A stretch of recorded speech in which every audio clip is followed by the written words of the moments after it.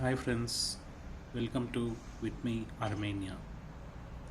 ఇది వచ్చేసి నేను మా అపార్ట్మెంట్ కింద రోడ్ అనమాట. అక్కడ జిబ్రా క్రాసింగ్ ఉంటుంది. ఆ బోర్డు ఇరిగిపోయింది. ఒక 3 days అవుతుంది ఇరిగిపోయి. ఆ బోర్డు మళ్ళీ కొత్తది రీప్లేస్ చేయడానికి వచ్చారు చూడండి.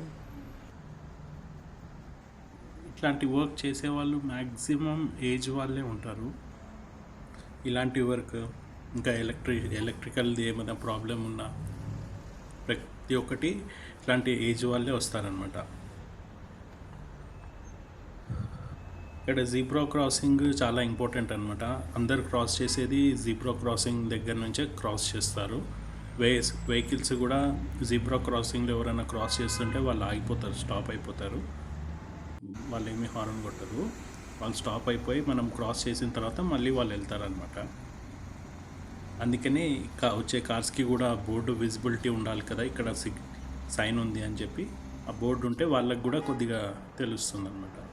చూడండి, కంప్లీట్ చేసేసారు. వచ్చారు, ఒక ½ an hourలో మొత్తం కంప్లీట్ చేసేసి ప్యాక్ చేసేసుకుంటున్నారు.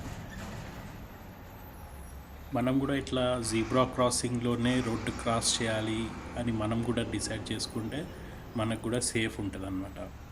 జీబ్రా క్రాసింగ్లో క్రాస్ చేస్తే ఒకవేళ వెహికల్స్ వచ్చినా వాళ్ళు చూసి ఆగుతారు, మనం వెళ్ళడానికి ఈజీగా ఉంటుంది. Okay friends, bye, take care.